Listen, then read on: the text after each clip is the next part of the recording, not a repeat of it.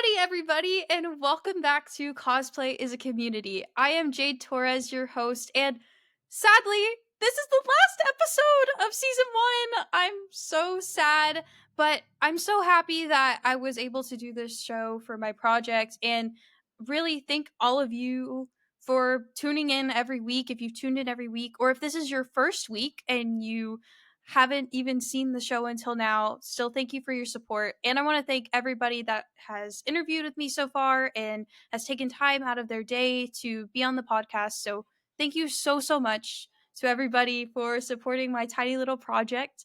But without further ado, let's go ahead and introduce our last cosplayer for season one. But here we go. Kawa, or Kawa underscore dot EII, which is pronounced Kawaii on Instagram, is a DC area cosplayer with over 10 years of experience cosplaying a wide range of characters from anime and video games. Her love for the hobby began at 10 years old when she and her classmates attempted to dress up as Organization 9 from Kingdom Hearts, and it only grew from there. She excels at sewing, wig making, and prop design, but she is always expanding her skill set with new trades. Kawa recently won her first beginners level cosplay contest at the Cosplay World 2023 and hopes to compete again in the near future. So, Kawa, hi, welcome to the show. Hi. It's lovely to have you Lovely here. having you too, girly. So let's go ahead and get started. So, Alright. how did you get started with cosplay? How Okay. did you go Well, for the it? lore says it all. I was like 10 years old. I didn't know what cosplay was, but I was like, I want a costume. And I had a couple of friends. We were obsessed with Kingdom Hearts in my classroom. So a couple of my guy friends and we like started looking up like how we're gonna make, or like at the time we were super obsessed with Kingdom Hearts 358 over 2 days. That was like the big thing on the DSi. So we were all like, we're gonna do Organization 9. I'm 13. I'm so sorry. I haven't done Kingdom Hearts in such a long time. But like we were so obsessed with getting those jackets. So we were like, I looked it up online as an elementary schooler does in 2010 and I found cosplay on eBay and I was like, what the heck is cosplay? And then I found out it was like a form of costume, and ever since then I was obsessed. I am fortunate to say that the outfit never happened. I didn't do my first cosplay until 2012 when I did Shinku from Rosin Maiden, and it was literally made from like a Cracker Barrel Halloween costume dress, and I modified it to kind of sort of look like a Victorian girl somehow.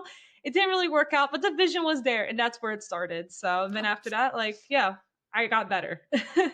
Awesome. Yeah, and clearly you have gotten better because I didn't even know you won an award. So congratulations on Thank that. you. But you're a sewer.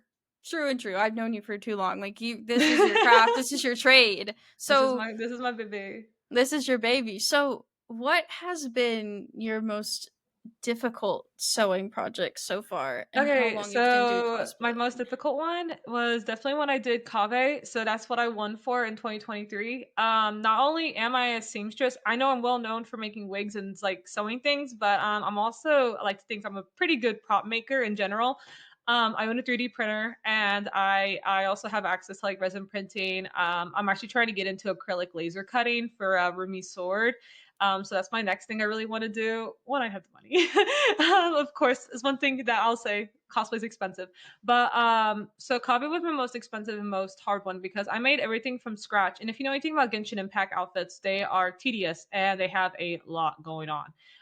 So I made Kave's outfit in 3 months, and then I went on to an additional 3 months to make the prop. So if you don't know about Genshin Impact, for those who are amazing and do not submit to the gotcha gods, um, Kave has like a special thing where he actually has a companion briefcase and he lights up, or she, whatever you want to name it. It doesn't have any pronouns. But he has a companion briefcase that basically does the work for him, and they light up, and depending on if you're on battle mode or just like in idle mode, like it will change emoticons, the briefcase.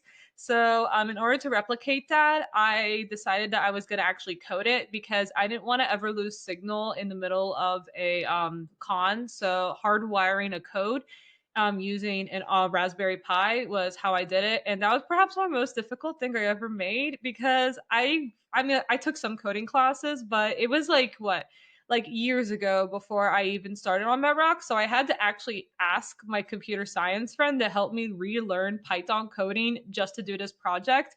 So I did. I relearned Python coding just to do this project, and I learned how to use an RPI. So it was like really fun dabbling into obviously like using what was it using technology for fashion I guess purposes or costume purposes. I could have easily just done Metrock and put an LED board inside, and I could have just done like a Bluetooth programming and just program it for my phone, but I felt like that I'm the type of person that is extra, and clearly I love Disney, I guess, because I'm just as Rapunzel. But I had this thing where like I know that in Disney World they don't do those type of things because the whole point is to not lose the immersion. And that's one thing I'm super big about when it comes to doing a cosplay. I sometimes want you to feel like that you're literally staring at the character and be like, "Oh my god, like I feel like I'm having a conversation with them." And I guess this is like coming from my stem of perhaps a long childhood dream of wanting to be a Disney princess, for a character princess for Disney parks. So I've always like kind of had that like dedication to trying to be as accurate as I can to a character. So yeah, like I really didn't want to like lose the immersion in the middle of a con when someone asked to take a picture of me as Kaveh by pulling out my phone and changing out the emoticon. Plus the fact that, you know, it's such a busy con, cons can be so busy and crowded. So I didn't want to like lose connection to Metrock and begin Erenvin. Like the immersion's done. Like there's no more immersion anymore. There's no Metrock. So that's why I decided to go through coding. And what I did is we created a simple code, well, simple, that basically where it would go offline and essentially like the RPI has automatically, as soon as it turns on, go straight to the code that I need it to do. And basically I have secret buttons that are inside the case underneath the handle that I can just discreetly change the button to change the face of the briefcase. So it'll go from happy, sad, angry. Even have a special secret button that blinks and winks at you. So that's what I do.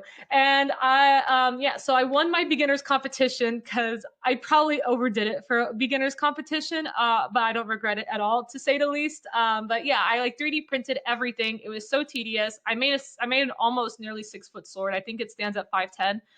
So it's exactly my height.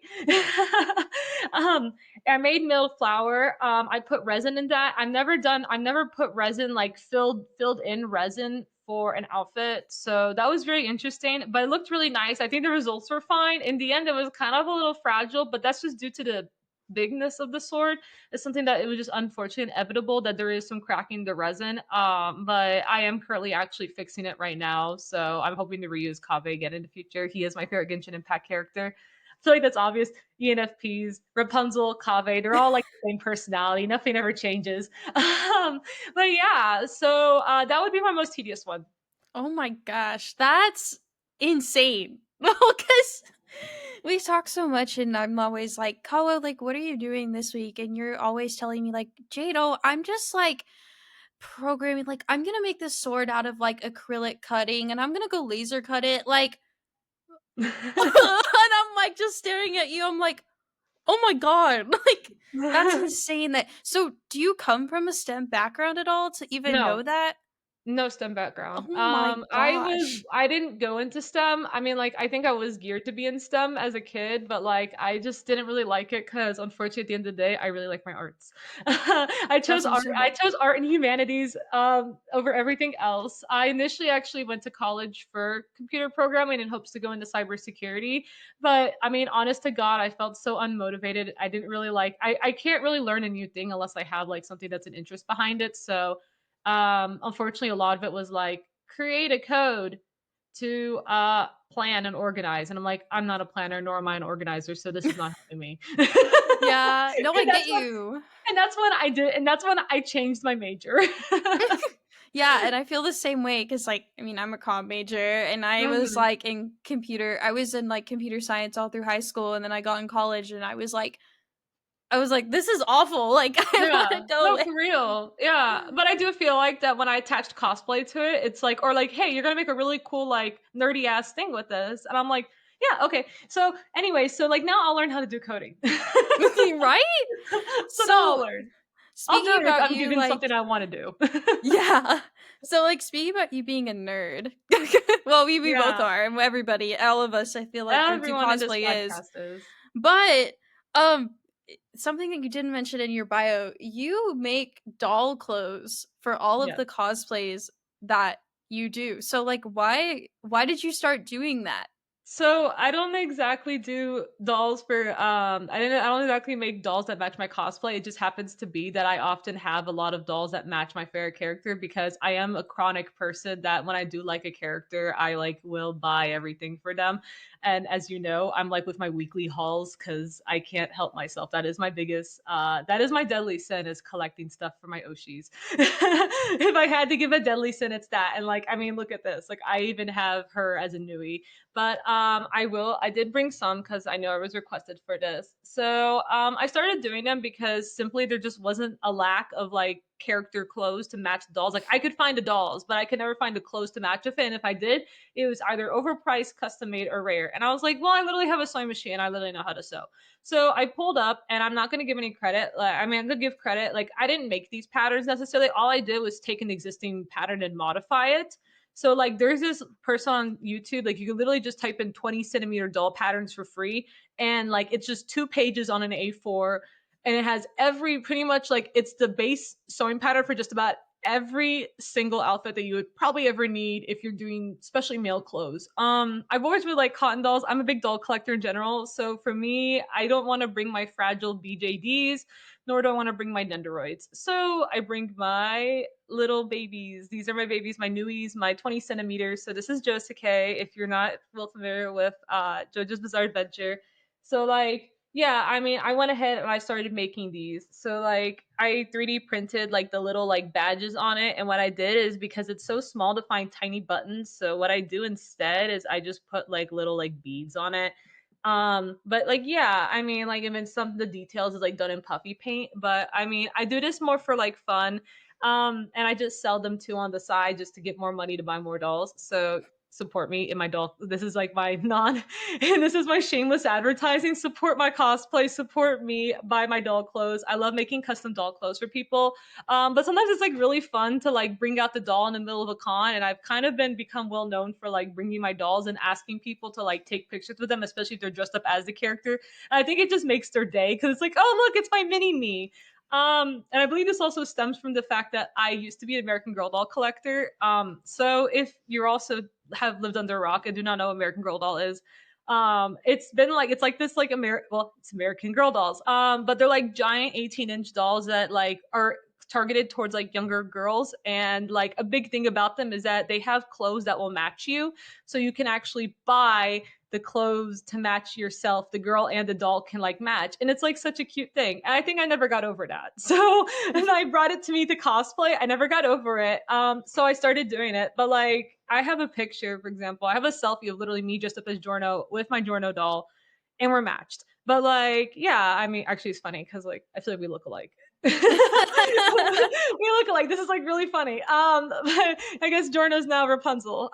There's totally fan art of this, and I know it because I saved it. But yeah, I mean, like for me, I just really like dressing up. I think I just like putting my dolls and dress up. And if they're not dressed up as like the character I'm dressed up as, they're usually dressed up as like my character's like ship or whatever, or just their best friend, or like just who I think is their coolest duo. So like I don't cosplay Josuke, but I bring Josuke around because I mean like when I cosplay Rohan, I mean like it's kind of funny to see the world's biggest hater with the doll. The world's biggest Josuke hater with the doll. Like, what's the mixed signal here? You know, it's really funny. I actually gotten questions about that. Like, why does Rohan have a Josuke doll? And I always tell people to throw it at Josuke cosplayers.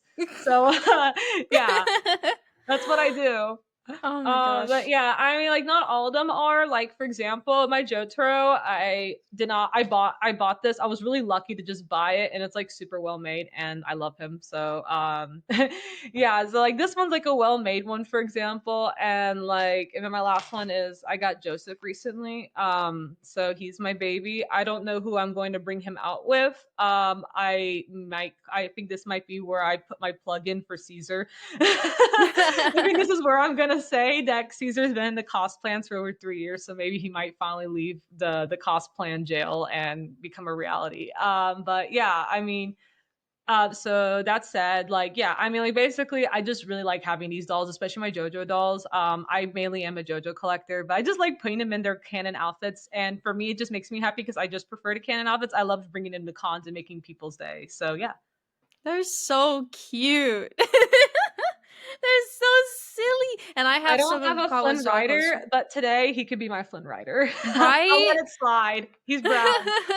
He's got the smolder going on, you know what I Oh mean? my gosh. Yeah. Well, so you said you make these clothes for other people, but you also do like cosplay stuff for other people. You do commissions and stuff. So like Mhm. how did you start doing commissions and getting into Um, that?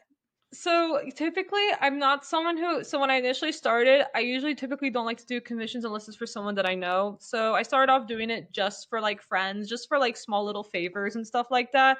Like for example, like 1 year I paid off like half of my hotel just for doing commissions for my friends. Like, hey, if you're gonna be can you be like our resident wig stylist for like a night? We'll just like pay half of your hotel. And I was like, okay, cool. So I did. But for me, I mean, I started doing it mainly because like sometimes I have openings and I know that some people simply just don't have either the time or they don't have the skill to do it yet. So they'd rather give it to just someone else. And I'm cool with that. Like, that's fine. And it just gives me a little bit of extra money and it helps me out with purchasing some of my cosplays because cosplay is an expensive hobby. So I started doing commissions in order to make my own commissions for myself, in order to fund my own outfits. So it really helps me out a lot every time I get a commission. Like this was bought off of commissions, so I was able to make this Rapunzel outfit and fund it as I do like with photo shoots. It helps pay for my photos. That just helps pay for like overall. So like in a way, I've been able to take my commissions and monetize it to the hobby so I don't have to That's pay out of my own good. pocket for the most Yeah. part. I still have to pay out of my pocket a lot, but at least it's not too bad because I get subsidized with commissions. Yeah, and no, that's really good because I mean that's how my photography stuff works. Like it helps subsidize like a lot of everything that I do anyway. Yeah. So because you've done commissions before, say somebody wants to potentially get into that, how what advice would you give them to start? I would say is that you should know your schedule. Know your schedule, know your time frames. Know how long like I know, like, usually give yourself extra time because, like, for example, I'll say sometimes that, like, I can get this done at a certain deadline, and then you end up doing it, and then it's not. And it's not that deadline at all. And, like, you're like, oh my God, like, oh, I'm like freaking out, you know? And, like, that's happened to me. I'm the world's, like, I'll be the first person to admit, like, I am a world class procrastinator.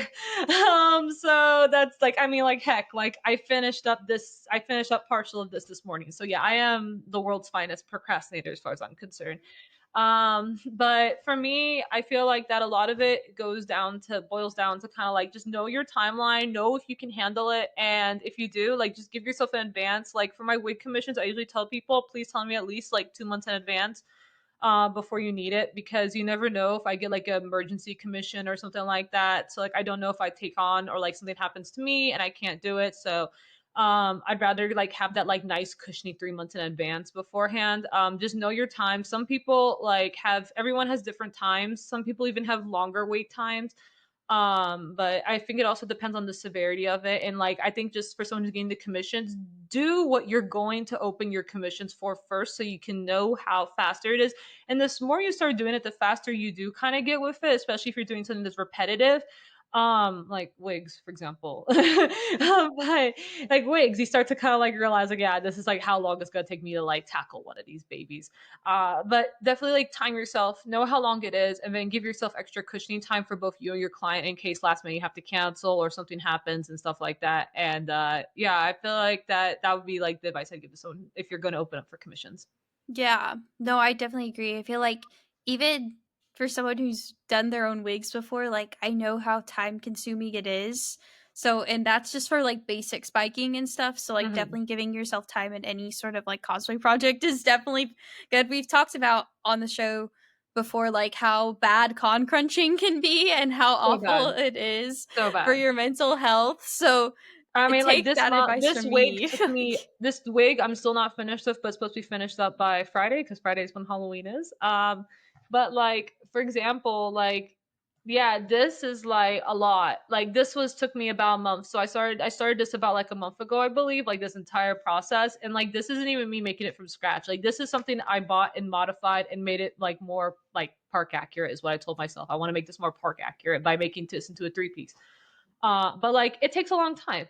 And like it's different because I happen to have a lot more time on my hands right now versus the average person. So I'm able to crunch out this, but not everyone does. And like I say, you gotta know and like don't let that's another thing for commissions too. If you have a day job, like unless you're going pro, like if you got a day job, please like know what your limits are. Maybe take on less commissions, especially if it's like something that's time grueling, because chances are, especially if you're like said, working part time or like you know, got a job, got a life that have to commute a lot, like if you only have your weekends free, like it's you're gonna take slower on commissions, or maybe just like consider doing smaller commissions. I feel like. Yeah, no, I agree with that. Well, transitioning to my next question. So, you are from DC. A lot of my viewers, including myself, are from the South. Like we're from Texas and from Oklahoma and states such as that. So, I Hmm. wanted to ask you really how what is the community difference you think between like the East and like the South Coast in cosplay? Because I know we've talked and like there's like a lot of distinct differences that I don't think people realize that there are. Okay. All right. So I have to say, we've talked about this so many times, I feel like. So this is not a Yeah. new thing. So I think first and foremost, the photography community is very different between DC and Texas from what I've heard. Here in DC, so like to people who are viewing, we do have cosplay meetups here. I think it's because we're Texas is such a big state versus DC, Maryland, Virginia is like kind of more small. Like everyone's within like 1 to 2 hours of each other, so the commute isn't the worst thing in the world for the most part. Um, Sorry. That said, I do feel like that because of it though, like we have that geographic closeness, so we're able to organize meetups and stuff. So like with our, so I'm part of Cosmeet and DC Cosplay. But I am more of a member of Cosmeet DMV. So Cosmeet DMV is something that happens usually like seasonally, where we have like a big meetup between photographers and cosplayers. Photographers and cosplayers have a chance to collaborate with one another, where otherwise you wouldn't be able to do that. So that's something that we have. I don't think Texas necessarily has something like that, or at least something as robust as that yet. But we have gone to the point where like it's a really good network. Not only is it like good for networking between photographers, but it's also good for networking between cosplayers alike as well. A lot of people that I've ended up working with in the future ended up coming from like going to like meetups, like straight up just going to meetups, meet new people, new cosplayers. It's like the like that's I think for the DMV that's such a like nice accessible thing outside of like colleges, like especially if you're an older cosplayer who's coming back in there, like you can't just go to cosplay club at the university. That's awkward, you know. So Cosme is like this really nice, like kind of nice, like everyone's 18 and up, so you're going to collaborate with adults, and you can go and you can meet new people, especially if you're coming back from the cosplay community after god knows how long. And you can also meet up with new photographers who are often like new photographers as well, like usually start out in cosmeet. So like that's one thing I say, like we have like a really like good system of cosplay meetups. We like to keep really well connected with each other. I feel like in the DMV, everyone kind of just about this point knows each other, and it's like not just like, oh, I know this person because of cosplay club or just because of like a project or whatever. No, like I know them because of Cosme. We have a lot of cosplays in this cosplay like well, sorry, conventions in this area. So like it's kind of become a big thing. I don't know how it is over there, and I'm not sure if I'm allowed to say this, but lobby conning is a huge popular thing here in a DMV area. Even if you're not like gonna go attend the con, just hanging out in the area is a big thing for us, which once again gives you gives you a good like lookout into networking and all that. And everyone here pretty much just about does that. It really just helps with collaboration and hanging out, and especially if you're someone who wants to like go pro or essentially get a bigger following. I'm not the person to be asking this about them. I know a lot of them like network tirelessly. I mean, like I can tell you, like last week, like there wasn't even a con. There was an alien stage cafe meetup like yesterday. Okay. So like every weekend it almost feels like you can just ask just about anyone from this area that there's probably some cosplay something going on. Like I would have went to the Alien Stage one personally because I love Alien Stage, but I mean I was working so I couldn't. But like I feel like every weekend that there's something there. So like there's this kind of unique closeness that I think that the DMV has. And like another thing that's different too is that I'll hear this from my I don't hear this necessarily from Texas, but I hear this from like West Coast cosplayers. Is that West Coast tends to be sticking to very few fandoms, and like it's very hard to kind of find like other people who are into like more niche interests. And people always say when you come to East Coast, it feels like that everyone has a niche interest, like there's a niche fandom that no one really knows, and there's probably someone in the area who probably cosplays from that you can collaborate with, like um a big one for us was like Dr. Stone. Apparently, there's like not really many people who cosplay Dr. Stone that much, but we happen to have like a sizable community of Dr. Stone fans like in this area, and they get together a lot and do Dr. Stone, and that's like a huge thing. JoJo feels a little bit more like I feel like everywhere. I know there's a West Coast. I know the Texas JoJo community a little bit. Of course, I know East Coast. I know a lot about the East Coast community. I pretty much like know everyone here for Virginia, but that's the beautiness about like DMV is that if you have an interest, like you're more than likely to find someone who likes it and you're not alone in it. So that's the beauty of our community versus like others, I think. Yeah, and I agree with that too, like, from a, like, Texas standpoint, I know we're, like, starting to have, like, meetups like that, like, outside of Hmm. conventions. Like, recently, I know a lot more people are doing a lot more, like, pop-up cafes, like, they're doing, like, more meetups. Like, I know one of my cosplay mutuals, like, they just go to, like, a mall, like, dressed up. I remember doing that, like as cringe Like as that middle school. was, For me, I right? did Like that in high school. Yeah. right, but, like, people are now, like, doing it. I mean, now we're seeing, like, food festivals and, like, things like that in malls. Like, I went to one, like, not too long ago. So, like, it's Uh-huh. definitely, like, coming out. Like, it's definitely slowly, like, that type of, like, interaction is kinda, like, slowly creeping, like, Yeah, towards we the have a South. lot of events like that. Like, see, the thing is that you guys are just started on it. We have events like that all the time, like happening, like a food festival, cafe cup sleeve event in like Alexandria. There's probably like anime raves happening, like even outside of cons. Like we've already been doing this for like years. For years now, we've already pretty much like have established ourselves at this. But yeah, I mean, like you even knew that in May I went to an Asian food street market festival, and I went with my friends and we all went cosplaying. And there was a cosplay contest at the Asian street food festival. I didn't win because I didn't want to enter.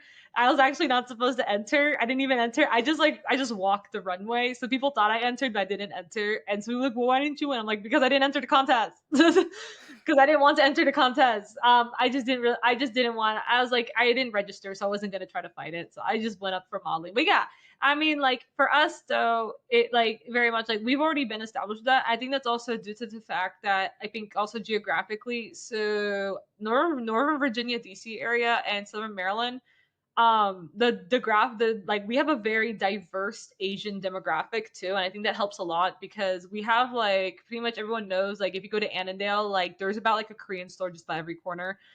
We have a huge Asian community, population, so like cosplay here has become almost like quite mainstream. I mean, like I know friends who like literally just go to a store just been cosplaying, no one bats an eye.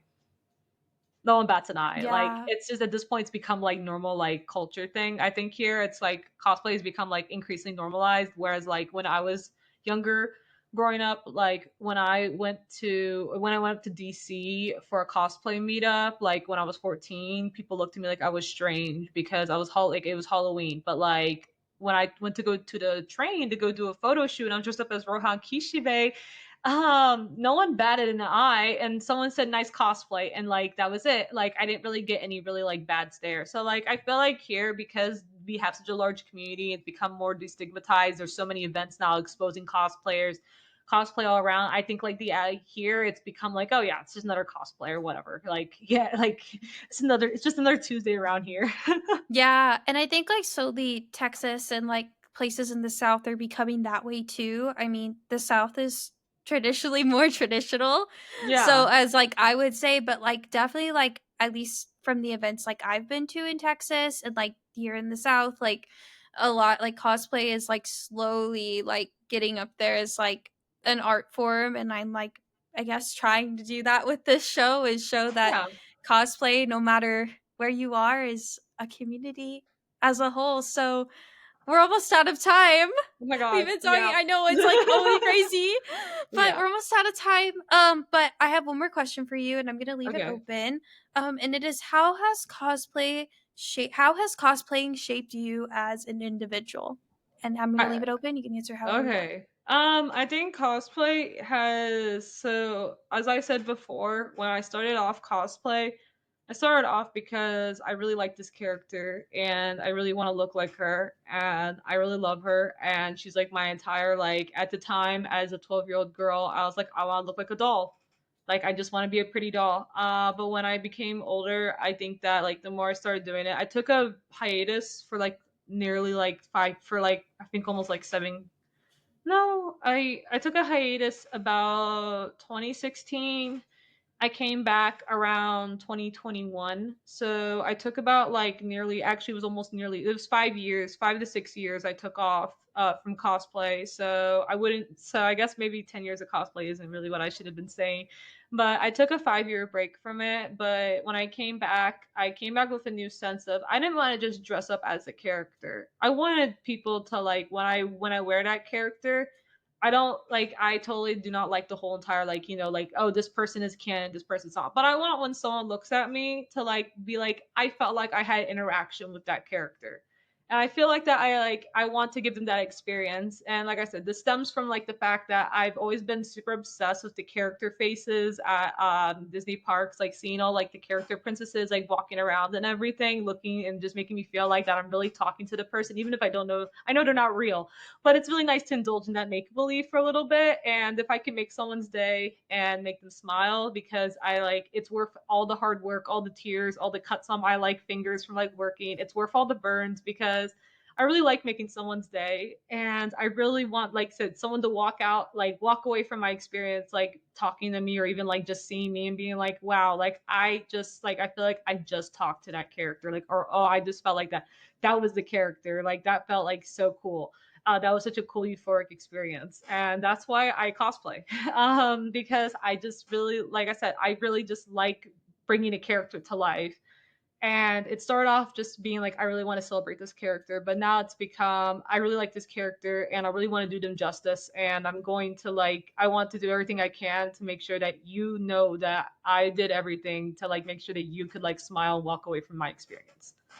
Well, I'm definitely smiling Yeah. because you look absolutely gorgeous today. You do Thank amazing you. work.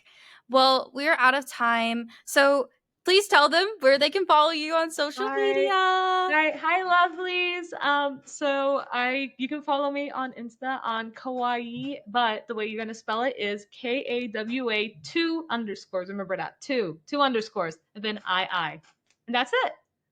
Yay!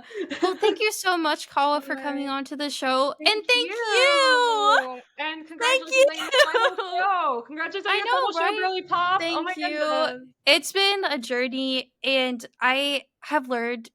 Okay, and like this is the final episode, so like I guess this is like a wrap up on like Uh-huh. stuff I've noticed. But after interviewing like everybody throughout the show, oh my god, I'm gonna Mhm. try not to cry because the show's been super awesome. But Yeah, no, it has been. without without like I've been cosplaying for like 7 years at this point. Like I've been Mhm. cosplaying for a very long time, and just hearing everybody's different stories, like experiences, like backgrounds, like it has really showed me that like and I've said this like multiple times before, but like that something even as simple as like someone putting on a wig and putting on a costume can like transform their life, and they meet lifelong friends, lifelong partners, lifelong people. And Mhm. this like it's just really opened my eyes to like how important of a craft that this is, and I'm like so happy that I get to participate in it and meet so many cool people like you and like all the people I've interviewed with it. So thank you. That's my little sappy Hold on, story. let me get it right there. 3, 2, Yay! That's my little sappy wrap up. But thank you Yeah. for watching. Thank you. Can I say one And last thing, yeah, actually? of course. Alright, I think that also, like, just in general, I wanna give kudos to Jade because you've actually given a platform to so many people who I think otherwise, like, who don't have many followings, who don't have followers, like, telling the stories that aren't just someone who has, like, 500,000 followers, you know? So, like, I'm like, it's really kudos to you for, like, trying to also bring out, like, the underground average cosplayer story versus trying to, like, the average maybe micro-fluencer, I guess is what they're calling us now. I don't really know. But I mean, like, instead of just going out and like just finding the most mainstream person you could interview, like you're just interviewing the average everyday con goer who's going, and you're going for like, and these average everyday con goers are actually really extraordinary. So I want to say thank you for that. And like said, giving, I think, what I feel personally is a more authentic con goer experience, like engaging with real authentic cosplayers.